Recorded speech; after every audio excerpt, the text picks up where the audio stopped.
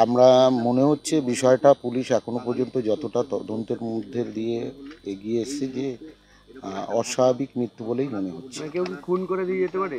হতে পারে, কারণ গলায় একটা ফাঁস বা একটা বেল্ট পরানো রয়েছে। পুলিশ এসেছে?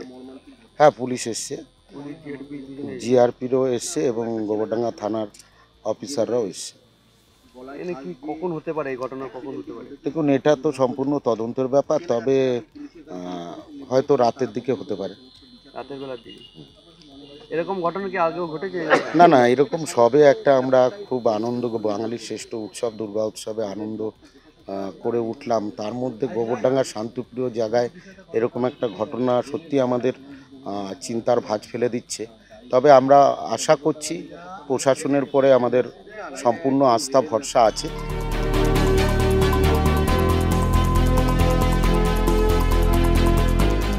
একদম পুরো ক্ষতবিচ্ছন্ন অবস্থায়, গলায় ফাঁস দেওয়া এবং পুরো চারিদিকে রক্ত।